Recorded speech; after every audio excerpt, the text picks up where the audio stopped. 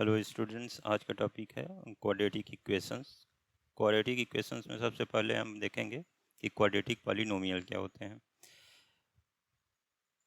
ax square plus bx plus c के form के जितने भी अलजेब्राइक एक्सप्रेशन होते हैं वो क्वाड्रेटिक पॉलिनोमियल कहलाएंगे, जहाँ पर a b c real numbers हैं और ये जीरो नहीं होना चाहिए। a अगर जीरो हो गया तो यहाँ पर क्वाड्रेटिक टर्म जो है ये जीरो हो गया तो क्वाड्रेटिक टर्म जो है वो वैनिश हो जाएगा, समाप्त हो जाएगा, और उस केवल बचेगा बी एक्स प्लस सी और वो लीनियर रह जाएगा। इसलिए यहाँ पर ये जीरो नहीं होना चाहिए। हम क्वाड्रेटिक पॉलिनोमियल्स के कुछ एग्जांपल्स देख लेते हैं, जैसे x square plus x plus one is equal to zero, ये हो गया। यहाँ पर बी और सी की वैल्यू जीरो भी हो सकती है, जैसे x square plus one is equal to zero, ये भी एक क्वाड्रेटिक पॉलिनोमियल है। या simply x square is equal to zero लिख दें, ये भी एक क्वाड्रेटिक पॉलिनोमियल है। अब हम देखते हैं कि क्वाड्रेटिक पॉलिनोमियल का ग्राफ कैसे होगा। तो अगर कोई क्वाड्रेटिक फंक्शन है x square plus b x plus c, तो उसका ग्राफ जो होगा वो एक पैराबोला होगा। और पैराबोला कैसा, ये यू शेप का आपको दिख रहा है ना, ये एक पैराबोला है। अब ये ऊपर साइड भी ओपन हो सकता है और नीचे साइड भी ओपन हो सकता है, डिपेंड करता है कि ए का साइन कैसा है। ए मतलब एक्स स्क्वायर का कोफिशिएंट, अगर एक्स स्क्वायर का कोफिशिएंट पॉजिटिव है तो ये अप साइड ओपन होगा, और अगर एक्स स्क्वायर कोफिशिएंट निगेटिव है यानी ए की वैल्यू निगेटिव है तो ये डाउन साइड ओपन होगा। अब यहाँ पर और भी चीज़ें हैं कि एक्स एक्सिस को इंटरसेक्ट कर भी सकता है, नहीं ये पूरा का पूरा ऊपर से ही जा सकता है, या पूरा का पूरा एक्स एक्सिस के नीचे से हो करके ही जा सकता है। तो इस तरीके से ये ग्राफ हो सकते हैं।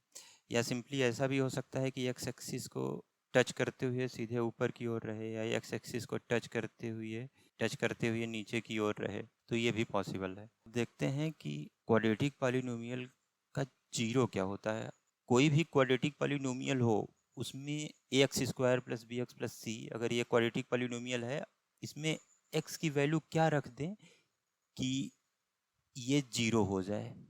तो जिस एक्स की जिस वैल्यू को रखने पर ये quadratic polynomial x square plus b x plus c is equal to zero हो जाए, वो वैल्यू ही इस क्वाड्रेटिक पॉलिनोमियल की जीरो कहलाएगी। जैसे एग्जांपल देखते हैं, एक्स स्क्वायर माइनस वन, तो इसमें अगर हम x is equal to one put कर दें, अगर हम x is equal to one put कर देते हैं, one square minus one is equal to zero, तो इसलिए x is equal to one इस quadratic x square minus one इस क्वाड्रेटिक पॉलिनोमियल का एक जीरो है। तो यहाँ पर अगर x इज इक्वल टू अगर हम माइनस वन भी पुट कर दें, x इज इक्वल टू अगर माइनस वन पुट करते हैं, उस केस में भी इस क्वाड्रेटिक पॉलिनोमियल की value x square minus one की वैल्यू जीरो हो जाएगी, क्योंकि माइनस वन का square minus one is again zero, तो इसलिए माइनस वन भी इस क्वाड्रेटिक पॉलिनोमियल का जीरो होगा। अगर हम ग्राफ से समझना चाहें तो किसी क्वाड्रेटिक पॉलिनोमियल क्वाड्रेटिक फंक्शन का जो ग्राफ खींचते हैं वो एक्स एक्सिस को जहाँ जहाँ पर इंटरसेक्ट करता है, एक्स की जिस वैल्यूज एक्स पर जिस पॉइंट पर इंटरसेक्ट करता है एक्स की वही वैल्यूज ही इसकी जीरो होती हैं, क्योंकि वहाँ पर वाई की वैल्यू जीरो मिलेगी। अब आते हैं क्वाड्रेटिक इक्वेशन क्या होती हैं। क्वाड्रेटिक इक्वेशन अगर किसी quadratic polynomial a x square plus b x plus c में इक्वलिटी भी इन्वॉल्व हो जाए तो हम उसको क्वाड्रेटिक इक्वेशन बोलेंगे। क्वाड्रेटिक इक्वेशन का जो जनरल फॉर्म होता है x square plus b x plus c is equal to zero होता है। अब कहीं पर यहाँ पर ए जीरो नहीं हो सकता है। अब देखते हैं कि किसी क्वाड्रेटिक इक्वेशन का फॉर्मेशन कैसे होगा। फॉर्मेशन मीन्स अगर हमको किसी क्वाड्रेटिक इक्वेशन के रूट्स दिए हुए हों और हमको उनका इक्वेशन बनानी हो, तो हम इक्वेशन कैसे बनाएंगे। मान लेते हैं अल्फ़ा बीटा रूट्स दिए हुए हैं, तो अगर अल्फ़ा बीटा किसी क्वाड्रेटिक इक्वेशन के रूट्स हुए तो इसका मतलब है कि x माइनस अल्फ़ा और x माइनस बीटा, ये दोनों ही उस क्वाड्रेटिक पॉलिनोमियल के फैक्टर होंगे। या फिर हम यूँ कह सकते हैं कि अगर अल्फ़ा और बीटा उसके दोनों रूट्स हैं, वो इक्वेशन बनेगी कैसे, x minus alpha into x minus beta is equal to 0।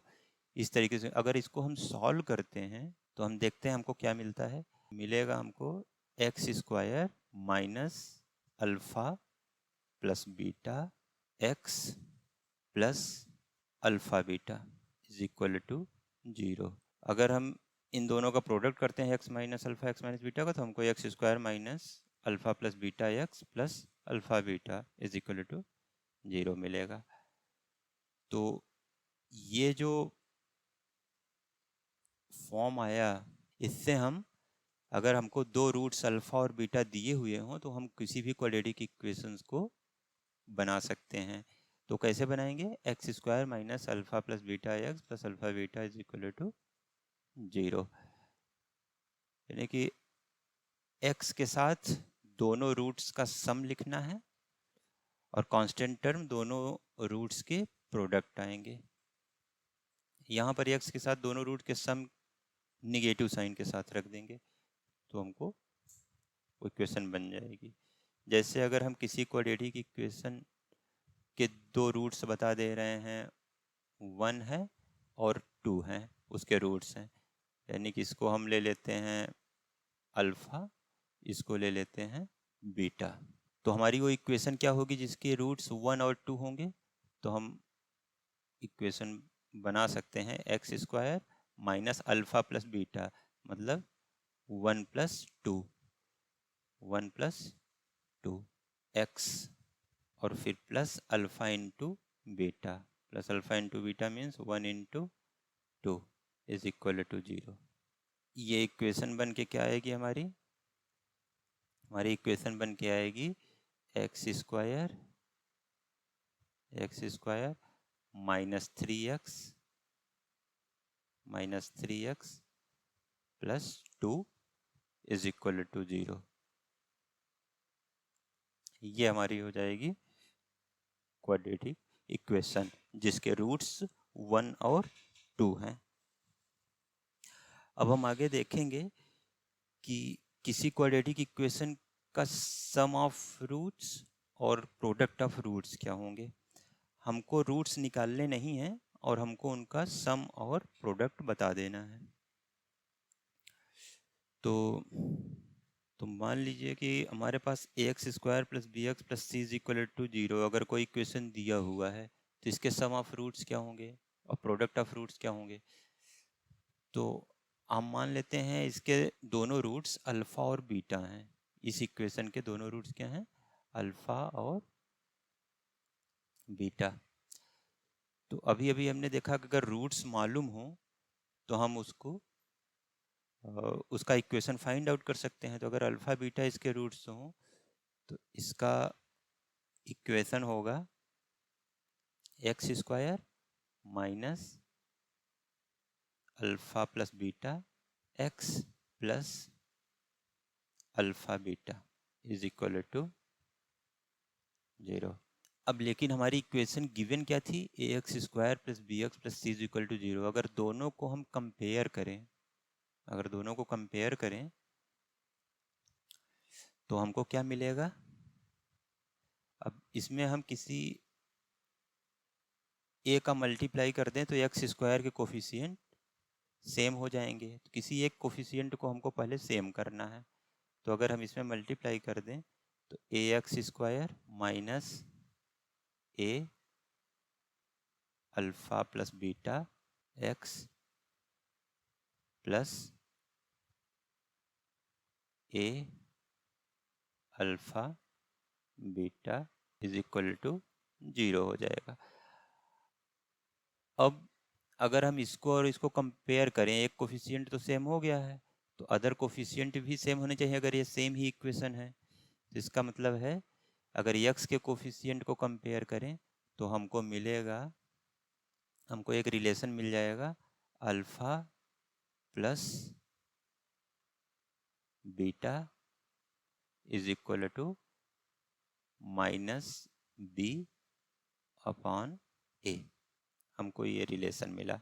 और अगर हम कांस्टेंट टर्म को कंपेयर करें a alpha beta is equal to c, तो हमको एक रिलेशन मिलेगा alpha beta is equal to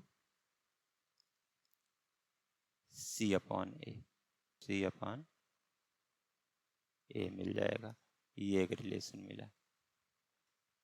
तो इसका मतलब हुआ कि अगर कोई भी quadratic equation x square plus b x plus c is equal to zero दिया हुआ है, तो उसके सम ऑफ रूट्स जो होंगे वो minus b upon a means negative of x का कोफिशिएंट अपॉन एक्स स्क्वायर का कोफिशिएंट, और प्रोडक्ट ऑफ रूट्स क्या होंगे, constant term upon x square का कोफिशिएंट।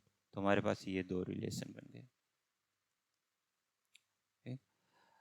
अब देखते हैं कि हम कोई क्वाड्रेटिक इक्वेशन गिवन है तो उसके रूट्स कैसे फाइंड आउट करेंगे।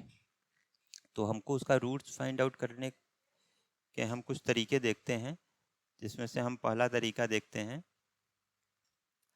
हमको कोई भी क्वाड्रेटिक इक्वेशन दी हुई है तो उसको उसके क्वाड्रेटिक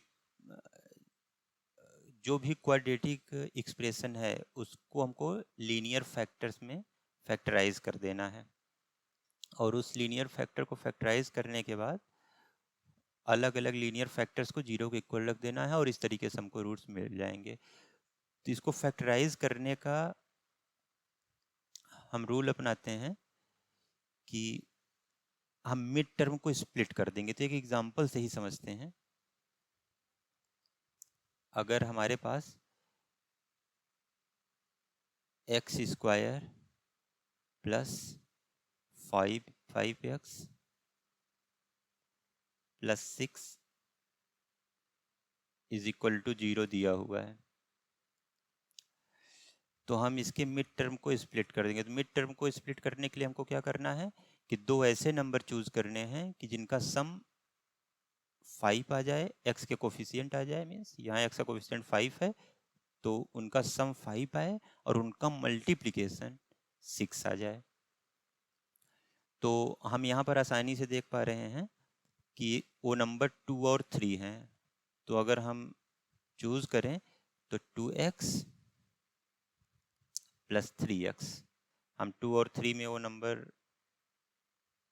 स्प्लिट कर दिए, क्योंकि 2 3 जा 6 और 2 प्लस 3 5 होता है।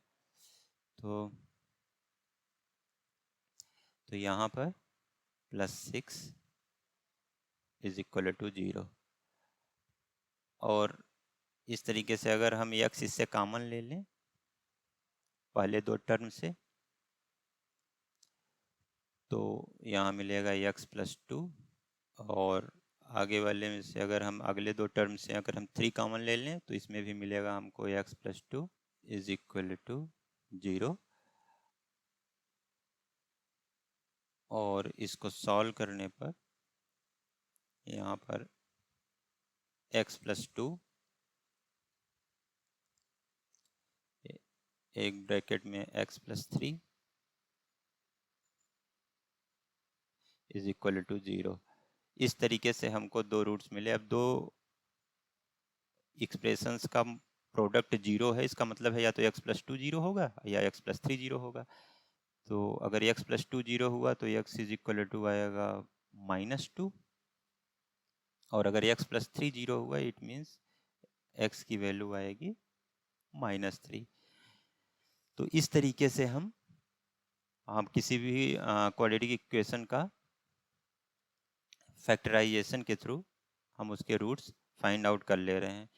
लेकिन समस्या उस क्वाड्रेटिक इक्वेशंस में आएंगी जिसमें मिड टर्म के लिए हम कोई भी ऐसे दो नंबर नहीं चूज कर पाएंगे, या कठिन हो जाएगा हमको चूज करना कि उनका सम तो एक्स का कोफिशिएंट हो और प्रोडक्ट कांस्टेंट टर्म हो। कभी कभी हमको ऐसा नहीं मिलेगा। जैसे आप सोचिएगा कि x square plus 4x plus 1 is equal to 0। अब हम इसको अब हम किन दो नंबर्स पे स्प्लिट करें 4 को, कि उनका सम 4 आए, या हम दो नंबर कैसे फाइंड आउट करें कि उनका सम 4 आ जाए और प्रोडक्ट 1 आ जाए। तो अब ऐसे दो नंबर पाना अब सोचना कठिन हो जाएगा। अब हम चूंकि ये क्वेश्चन बनाए हैं तो पहले से ही इसका आंसर जानते हैं कि इसका एक नंबर हो जाएगा 2 प्लस रूट 3 और एक होगा 2 माइनस रूट 3। अगर इन दोनों का सम करेंगे तो 4 आएगा और अगर प्रोडक्ट करते हैं तो 1 आएगा। लेकिन ये नंबर अब हमें मालूम था तो हमने बता लिया, अदरवाइज इसको एक लंबे प्रोसेस के थ्रू हम ये फाइंड आउट कर पाएंगे कि इसको किन दो टर्म में स्प्लिट करें। तो इतने इतने वर्क से बचने के लिए हम एक फार्मूला ही, जो भी वर्क इन दो नंबर्स को फाइंड आउट करने के लिए हम जो भी वर्क करेंगे उसी वर्क के थ्रू हम सीधे फार्मूला ही बना लेते हैं और हम डायरेक्ट फार्मूला यूज करेंगे। तो अगला मेथड है, तो उस फार्मूले को बनाएंगे तो हमको एक उस पूरे मेथड को अपनाएंगे तो हमको एक फार्मूला मिलेगा जिसको क्वाड्रेटिक फार्मूला बोलते हैं। और वो फार्मूला होता है x is equal to minus b plus under root b square minus 4ac upon 2a, और एक दूसरी वैल्यू मिलेगी minus b minus under root b square minus 4ac upon 2। इसको क्वाड्रेटिक फार्मूला बनाएंगे। अब ये फार्मूला बनाएंगे कैसे, वो पूरी प्रोसेस से हम गुजरते हैं। अगर मान लीजिए हमारे पास क्वाड्रेटिक इक्वेशन दिया हुआ है x square plus b x plus c is equal to 0, तो हम a से दोनों साइड डिवाइड कर देते हैं तो हमको मिलेगा x square plus b upon a x plus c upon a is equal to 0।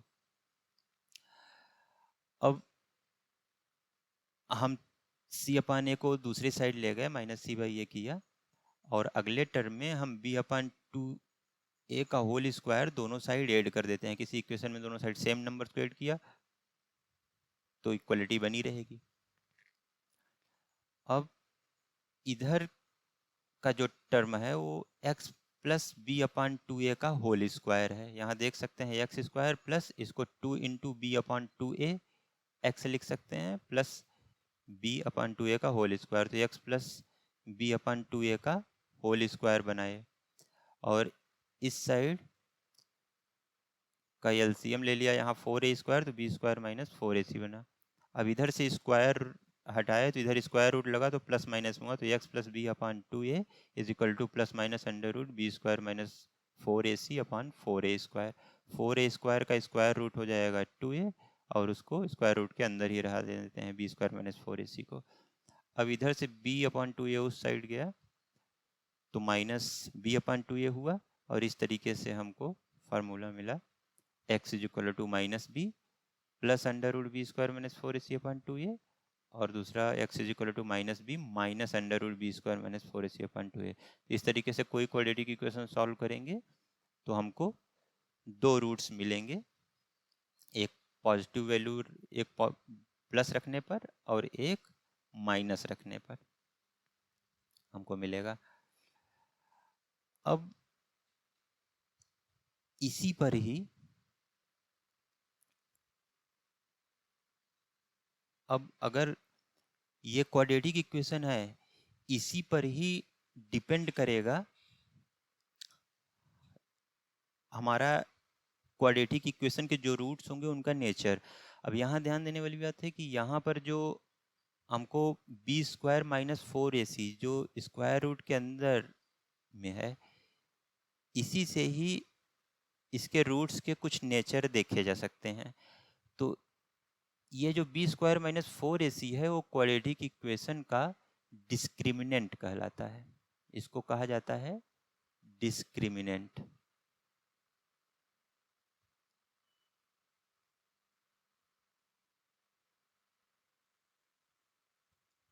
इसको इंग्लिश अल्फ़ाबेट के डी से, कैपिटल डी से दिखा देते हैं। तो डिस्क्रिमिनेंट क्या होता है, D is equal to b square minus 4ac। अगर ये a x square plus b x plus c is equal to 0 quadratic equation दिया हुआ है तो एक्स के कोफिशिएंट का square minus 4 into x square का कोफिशिएंट इंटू कॉन्स्टेंट टर्म, इसी को बोला जाता है डिस्क्रिमिनेंट। अब इससे देखते हैं कि हमारे क्वाड्रेटिक इक्वेशन के रूट्स का नेचर कैसा होगा। अगर यही स्क्वायर रूट के अंदर जो भी है डिस्क्रिमिनेंट है, अगर वो पॉजिटिव हुआ यानी कि ग्रेटर देन 0 हुआ, अगर d इज ग्रेटर देन 0 हुआ तो उसके रूल रियल्स होंगे, उसके रूट्स जो होंगे वो रियल होंगे और दो डिस्टिंक्ट होंगे। क्यों?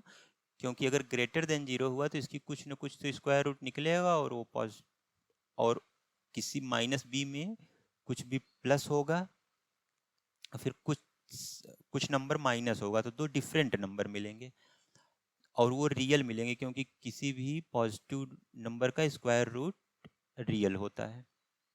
तो हमको दो रूट्स मिलेंगे और दोनों ही रियल होंगे और डिस्टिंक्ट होंगे। जैसे एग्जांपल हम देख लेते हैं, x square plus 5x plus 6 is equal to 0। तो यहाँ पर अगर हम वैल्यू पुट करेंगे तो यहाँ पर देख सकते हैं कि a की वैल्यू क्या है, a की वैल्यू है 1, b की वैल्यू है 5 है और c की वैल्यू कितनी है, 6 है। तो यहाँ पर अगर हम डिस्क्रिमिनेंट निकालना चाहेंगे तो d इज इक्वल टू क्या आएगा, बी स्क्वायर माइनस 4ac से, बी स्क्वायर मीन्स 5 का स्क्वायर मतलब 25 minus 4ac means 4 into 1 into 6 means 24 और ये कितना आएगा 1। अब कितना आया, 1 आया। तो 1 क्या है, ये ग्रेटर देन 0 है, तो ग्रेटर देन 0 है तो इसके रूट्स क्या होंगे, रियल होंगे और टू डिस्टिंक्ट रूट होंगे। तो रूट्स क्या आएंगे, minus b plus minus under root b square minus 4ac, b square minus 4ac मतलब डी। तो रूट्स हमको मिलेंगे x is equal to minus b मतलब minus 5 plus minus under root 1 upon 2a means 2 into 1 means 2। अब 1 का square root 1 होगा तो minus 5 plus minus 1 upon 2। तो अगर हम प्लस करेंगे तो minus 5 plus 1 minus 4 upon 2 means minus 2।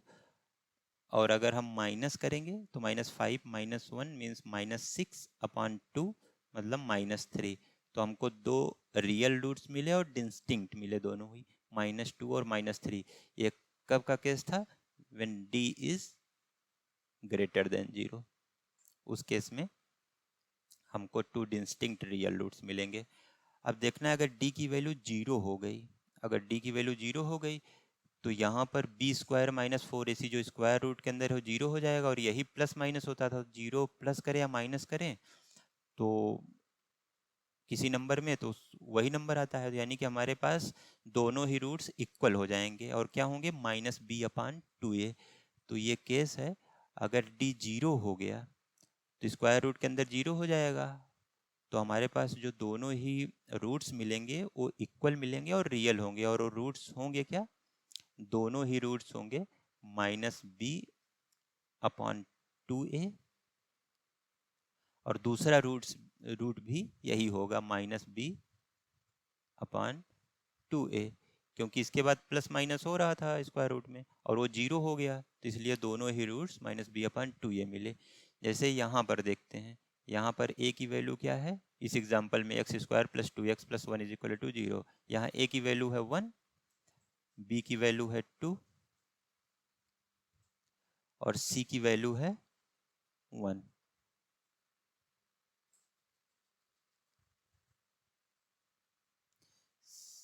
c की वैल्यू है 1। तो यहाँ पर अगर हम डिस्क्रिमिनेंट निकालें तो d is equal two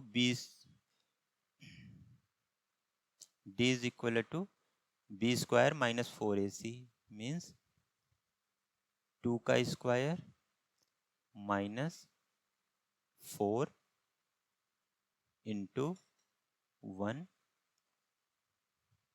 into 1। तो यहाँ पर क्या आ जाएगा, 2 का स्क्वायर 4 एंड 4 इंटू 1 मीन्स 4, तो 4 माइनस 4 हो गया 0। तो यहाँ पर डिस्क्रिमिनेंट आया 0, तो इसलिए इसके रूट्स दोनों क्या होंगे, -b/2a -b/2a।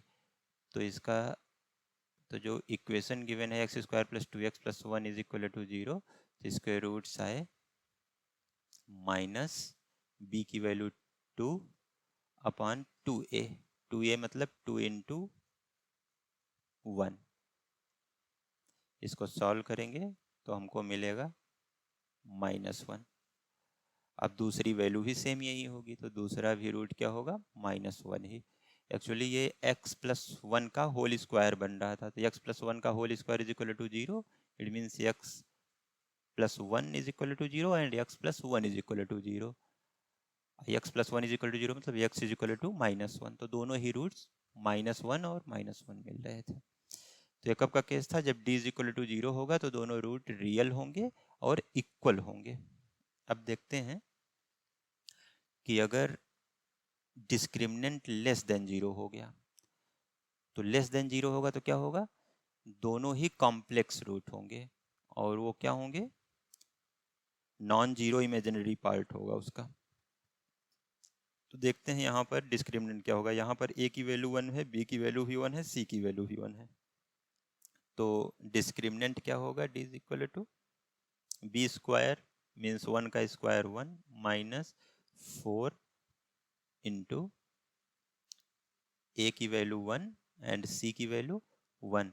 इसको सॉल्व करेंगे तो हमको क्या मिलेगा, -3, जो कि लेस देन 0 है। तो अब अगर ये लेस देन 0 है तो इसके रूट्स इमेजिनरी होंगे। कैसे इमेजिनरी होंगे, क्योंकि हमारा फार्मूला, क्वाड्रेटिक फार्मूला क्या था, हमारा क्वाड्रेटिक फार्मूला था -b + √b² - 4ac/2a। अब b² - 4ac की वैल्यू अगर निगेटिव हो गई तो स्क्वायर रूट के अंदर निगेटिव नंबर हो गया। अब किसी भी निगेटिव नंबर का स्क्वायर रूट इमेजिनरी होता है, और उस केस में हमको दोनों रूट्स कॉम्प्लेक्स मिलेंगे। यहाँ पर दोनों रूट्स क्या आएंगे, -1, एक आएगा प्लस √-3/2, और दूसरा रूट होगा -1 -√-3/2। तो ये दोनों, यहाँ पर -√3 इमेजिनरी है, इसलिए ये दोनों ही कॉम्प्लेक्स रूट होंगे। इमेजिनरी मतलब -3 का स्क्वायर रूट रियल नहीं होता है। अब देखते हैं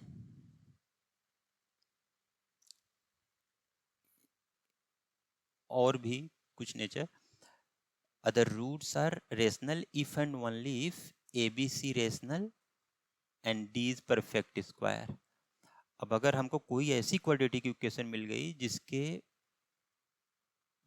तीनों ही x² कोफिशिएंट, x का कोफिशिएंट और कांस्टेंट टर्म तीनों ही रेशनल हो, रेशनल नंबर हो, और इसका जो डिस्क्रिमिनेंट है वो परफेक्ट स्क्वायर हो। परफेक्ट स्क्वायर मतलब अगर उसका स्क्वायर रूट निकालें तो वो भी एक रेशनल नंबर मिले, तो जो इसके रूट्स होंगे वो रेशनल होंगे। जैसे इस केस में देखते हैं A, B और C तीनों ही रेशनल नंबर थे, 3, 5 और 2, और इसका जो डिस्क्रिमिनेंट है वो D क्या है, परफेक्ट स्क्वायर होगा। कैसे देखते हैं, यहाँ पर b² मतलब 5, D = b² मीन्स 5 का स्क्वायर -4 इंटू a की वैल्यू 3 और c की वैल्यू 2। तो यहाँ 25, 4 3 जा 12, 2 जा 24, तो 25 - 24 आया, 25 - 24, और इसकी वैल्यू 1 आई, और 1 एक परफेक्ट स्क्वायर होता है, 1 का स्क्वायर रूट 1 होता है। तो इसलिए इसके रूट्स भी रेशनल होने चाहिए। देखते हैं रूट्स क्या आएंगे। तो रूट क्या होगा, x is equal to minus b plus minus under root b square minus 4ac मतलब d अपॉन 2a 2a। तो यहाँ पर माइनस b मीन्स -5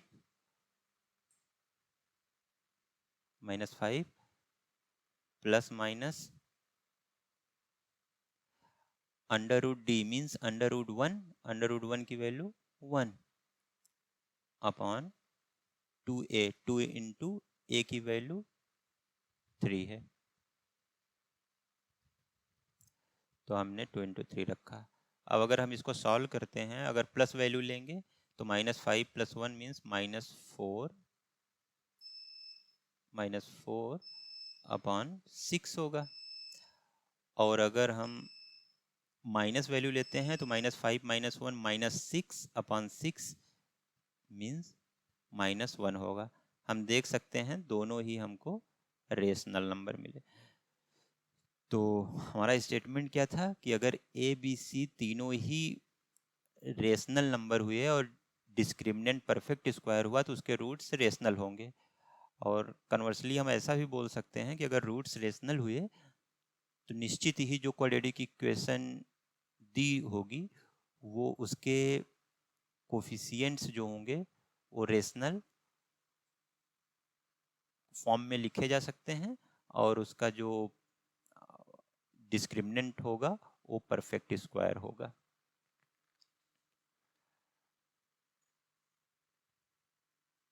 अब देखते हैं कि the roots are of the form p plus root q. यहाँ पर p q दोनों ही क्या हैं, रेशनल हैं।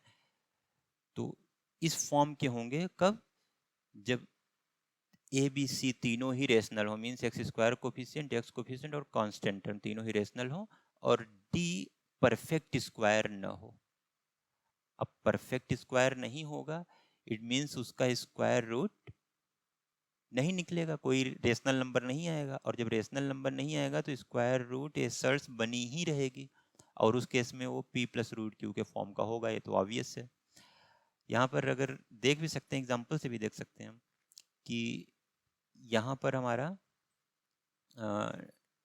डिस्क्रिमिनेंट कितना है, d is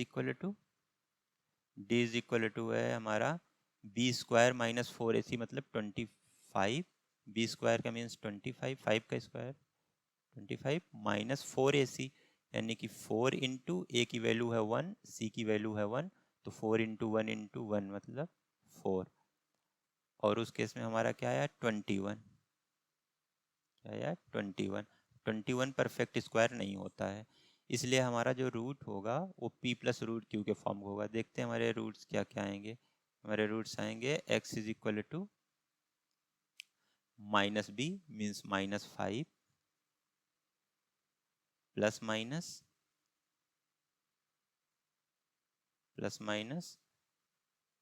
under root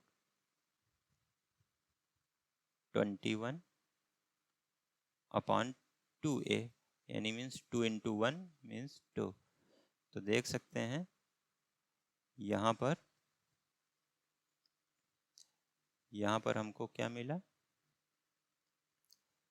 p की वैल्यू -5/2 और plus minus under root 21 upon 2 का सर्ट के अंदर रखेंगे तो 4 आएगा। तो देख सकते हैं यहाँ p की वैल्यू है -5/2 और q की वैल्यू है 21/4। तो हमको हमारा रूट किस फॉर्म में मिले, p प्लस रूट क्यू के फॉर्म पे मिले। तो यहाँ पर प्लस माइनस में लिख सकते हैं। और भी कुछ चीज़ें देखते हैं कि कहा जा रहा है कि अगर ए की वैल्यू 1 हुई मीन्स एक्स स्क्वायर का कोफिशिएंट 1 हुआ, और बी सी दोनों ही इंटीजर हुए। तो जैसे हम एग्जांपल लिए हैं x square plus 5x plus 4 is equal to 0, तो इसमें एक्स स्क्वायर कोफिशिएंट 1 है और यहाँ पर v की वैल्यू भी इंटीजर है और c भी इंटीजर है, और रूट्स जो हों इसके वो रेशनल हों। अब रेशनल होने की कंडीशन अभी ऊपर बताई कि रेशनल तभी होगा जब इसका डिस्क्रिमिनेंट क्या हो, परफेक्ट स्क्वायर हो, इनके रेशनल होने के साथ साथ। तो इंटीजर है तो रेशनल तो है ही। अब इसका परफेक्ट, अगर इसका डिस्क्रिमिनेंट परफेक्ट स्क्वायर हो गया तो इसके रूट्स भी इंटीजर होंगे। तो इसका मतलब स्टेटमेंट क्या बोल रहा है कि अगर एक्स स्क्वायर कोफिशिएंट 1 हो गया और एक्स का कोफिशिएंट और कांस्टेंट टर्म दोनों ही इंटीजर, कोई भी इंटीजर हो, और इसके जो रूट्स हो वो रेशनल हो, इट मीन्स इसका जो डिस्क्रिमिनेंट हो परफेक्ट स्क्वायर हो, तो जो भी रूट्स आएंगे इसके वो कैसे होंगे, इंटीजर होंगे। तो अब यहाँ पर देखते हैं कि ये कंडीशन तो फुलफिल कर ही रही है कि a1 है और b c दोनों इंटीजर हैं। अब अगर ये इसके रूट्स रेशनल होने चाहिए, तो रेशनल होने के लिए अब एक कंडीशन इसमें क्या होनी चाहिए कि d परफेक्ट स्क्वायर हो, डिस्क्रिमिनेंट परफेक्ट स्क्वायर हो। तो यहाँ पर d की वैल्यू क्या हो जाएगी, बी स्क्वायर माइनस 4ac से, बी स्क्वायर मीन्स 25 एंड 5 का स्क्वायर है चूँकि since, and minus 4ac means 4 into 1 into 4 मतलब 16। तो 25 में से 16 माइनस होगा तो आएगा 9, और 9 एक परफेक्ट स्क्वायर है, तो परफेक्ट स्क्वायर है तो इसके रूट्स रेशनल होंगे। तो जो क्लेम किया जा रहा है कि इसके रूट्स अब रेशनल क्या, ये इंटीजर ही होंगे। तो चेक करते हैं, x is equal to minus b plus minus under root d upon 2 ये होगा, तो -5 plus minus under root 9 means 3 upon 2a means 2 into 1 means 2, plus value लेंगे तो -5 प्लस 3 अपॉन -5 प्लस 3 आ जाएगा -2 अपॉन 2, और अगर हम माइनस वैल्यू लेंगे तो -5 माइनस 3 मीन्स -8 अपॉन 2। तो हमको दोनों वैल्यू क्या मिले, एक मिली -1 और एक मिली -4। तो हम देख सकते हैं कि दोनों ही रूट्स इंटीजर हैं, तो मतलब हमारा क्लेम